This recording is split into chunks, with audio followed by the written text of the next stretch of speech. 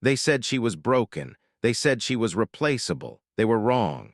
She was 8 months pregnant when she found out. Not with a fight, not with a confession, with a single text message on a phone that wasn't meant for her eyes. If you've ever been betrayed by the person who swore to protect you, stay. Because what Alina did next will leave you breathless.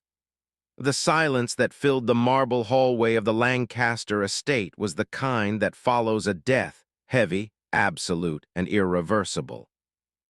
For weeks, the whispers had been crawling through the gates of their Connecticut world. But nobody dared say it to Alina Lancaster's face. Because even 8 months pregnant, even with swollen ankles and a back that ached without mercy, Alina Lancaster carried herself like a woman who owned the room she walked into. She was 36, graceful in the way that only real women are, not curated, not filtered, but earned. Her family, the Whitmore bloodline, had built half of New England's coastal properties. When she married Daniel Lancaster 5 years ago, she brought legacy. He brought hunger. Together, they were considered untouchable. Now they were strangers sharing a zip code. Daniel was in his study, arguing with his business attorney about the launch of his new development fund, Lancaster Capital.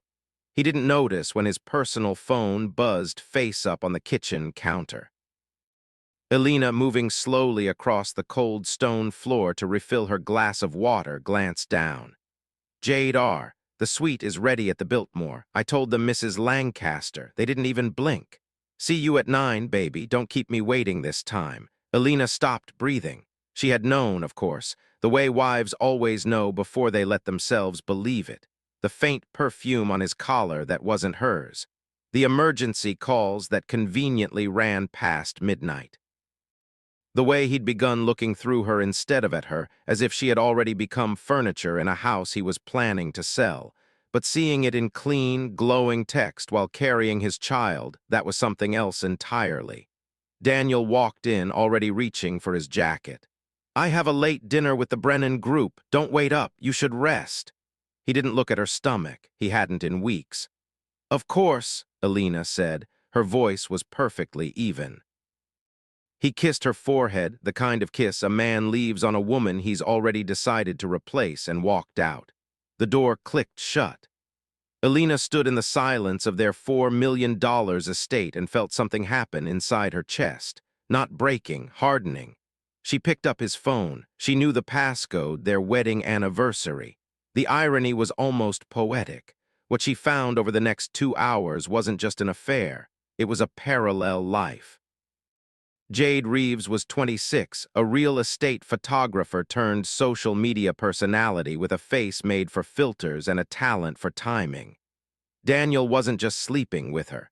He was financing her, a leased penthouse in Soho, a Range Rover registered under a Shell LLC, and the final blow, a jewelry invoice from a private estate auction. The Whitmore Pearl Strand. A 3-tier natural pearl necklace that had once belonged to Alina's grandmother, sold during a family crisis in the late 90s. When Daniel had made his first major profit, he had promised Alina, holding her face in both hands, that he would find it and bring it home. That was their deal, their dream. He had bought it 2 weeks ago, for Jade. Alina set the phone down exactly where she found it. She pressed both palms flat against the marble counter. The woman she had been that morning, patient, enduring, quietly hopeful, exhaled for the last time. Something colder took her place. By noon the next day, Alina was sitting across from Margaret Holloway in the private dining room of the Algonquin Club. Margaret was the kind of woman other women feared and powerful men needed.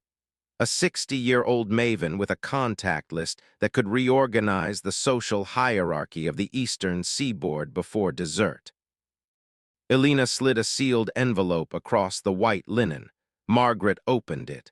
Her perfectly penciled brow climbed toward her silver hairline.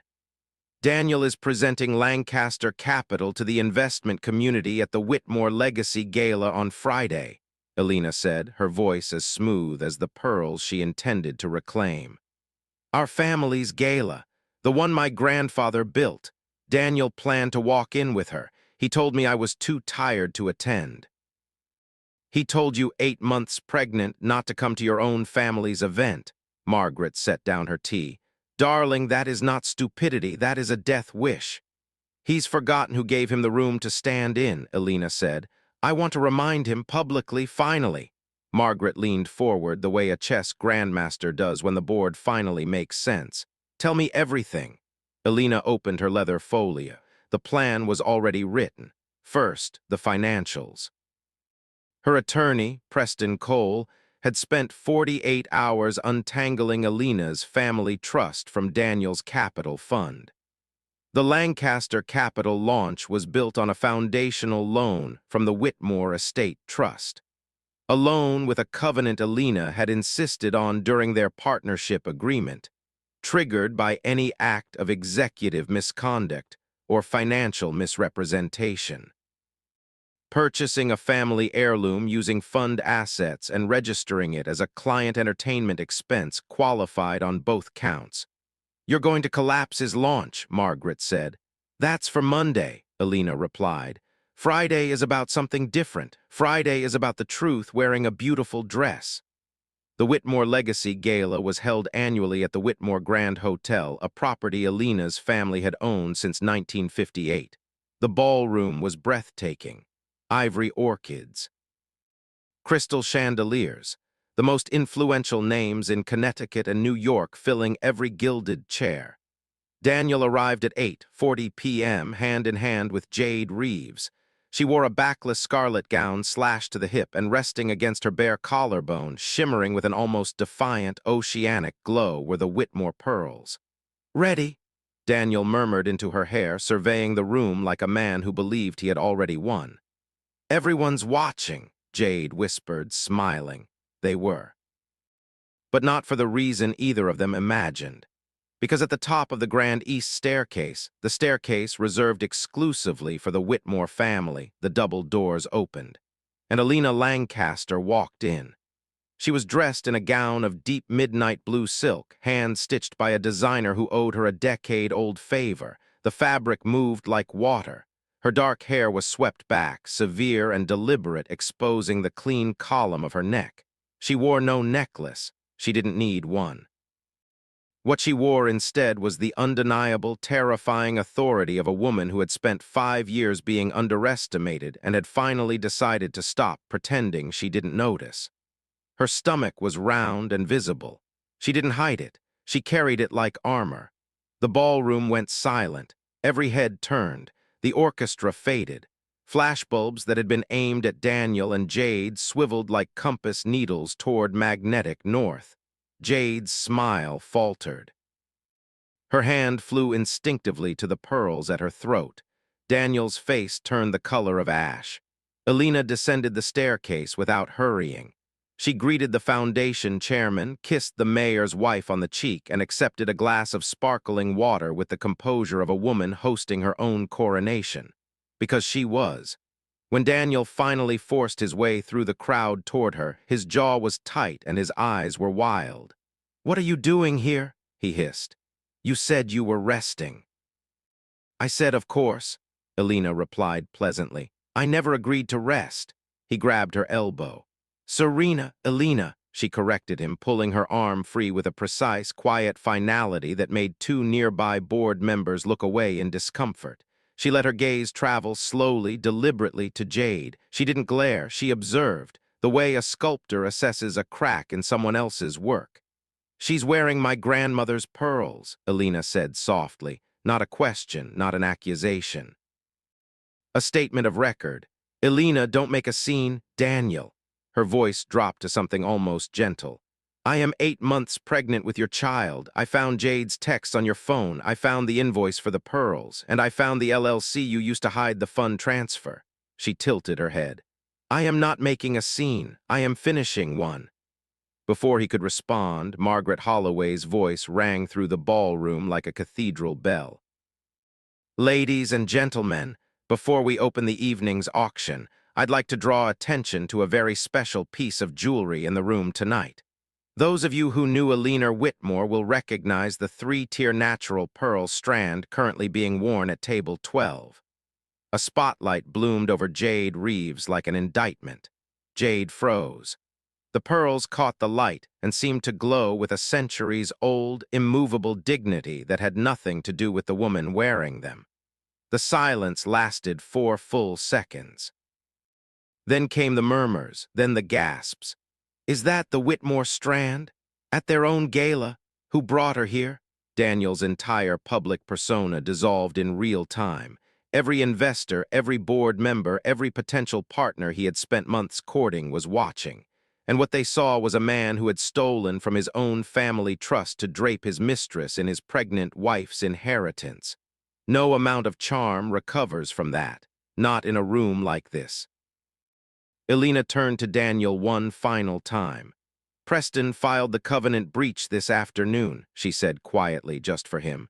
Lancaster Capital's launch is frozen pending audit. The fund assets are under Whitmore Trust receivership as of midnight. She smoothed the silk over her stomach. And the Southern District received a fraud referral at 5 o'clock. Daniel opened his mouth. Nothing came out. Go home, Daniel, Elena said. Or go to Jade's. It doesn't matter anymore. Just go. She turned and walked toward the podium. The crowd parted. She stood at the microphone, one hand resting lightly on her stomach, and looked out at every person in that room who had ever underestimated her.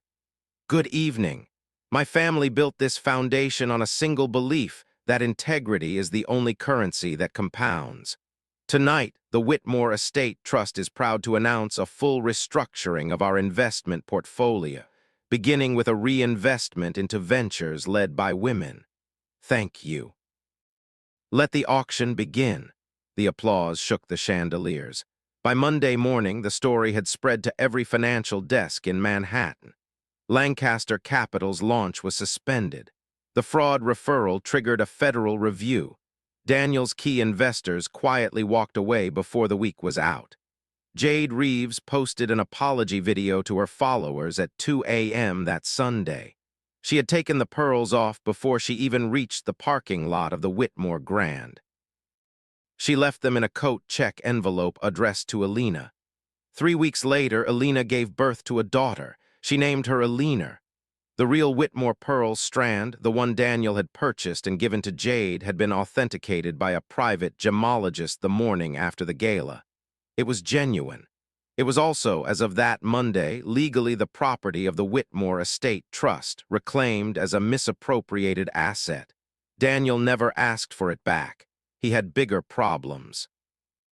Elena kept it in a biometric safe in the nursery next to Elena's first photograph. She intended to give it to her daughter on her wedding day with one instruction attached.